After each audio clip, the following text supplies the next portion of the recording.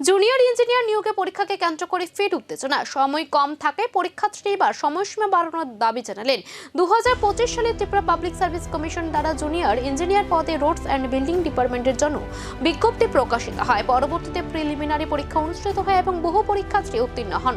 তবে অভিযোগ, প্রিলিমিনারির ফল প্রকাশের পর মেইন পরীক্ষার জন্য খুবই কম সময় দেওয়া হয়েছে। পরীক্ষার্থীদের দাবি 1000 নম্বর মেইন পরীক্ষার জন্য পর্যাপ্ত প্রস্তুতির সময় প্রয়োজন। এত কম সময়ে ভালোভাবে প্রস্তুতি নেওয়া সম্ভব নয় বলে তারা জানিয়েছেন।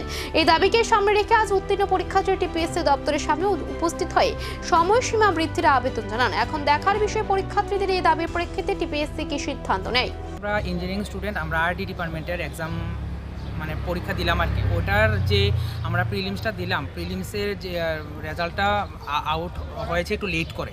যেটা হয়েছে আমরা ভাবলাম যে 2 মাসের মধ্যে রেজাল্টটা দিয়ে দেবে, কিন্তু ওরা 4 মাস লেট করেছে। ওই ডিস্টেন্সটা আমরা পড়তে পারিনি, কারণ আমরা বুঝতেই পারছি না কাট অফ কীরকম যাবে, কী আসল বিষয়। হ্যাঁ, কাট অফ একটু হাই গেছে, কিন্তু আমরা বুঝতে পারিনি কীরকম যাবে। ওটার জন্য আমরা প্রিপারেশনটা লেস টাইম পেয়েছি। আর ওরা কি করেছে, প্রথমত তারা এই যে রেজাল্টটা দিয়েছে, তারা রেজাল্ট পাবলিশ করার আগে তারা ডেটটা পাবলিশ করে দিয়েছে উইদিন 1 মান্থ আগে ডেটটা পাবলিশ করেছে। তারপরে 1 উইক 2 উইকের মধ্যেও তারা রেজাল্টটা দিয়েনি, তারা তারপরও 1 মান্থ লিড করেছে তারা।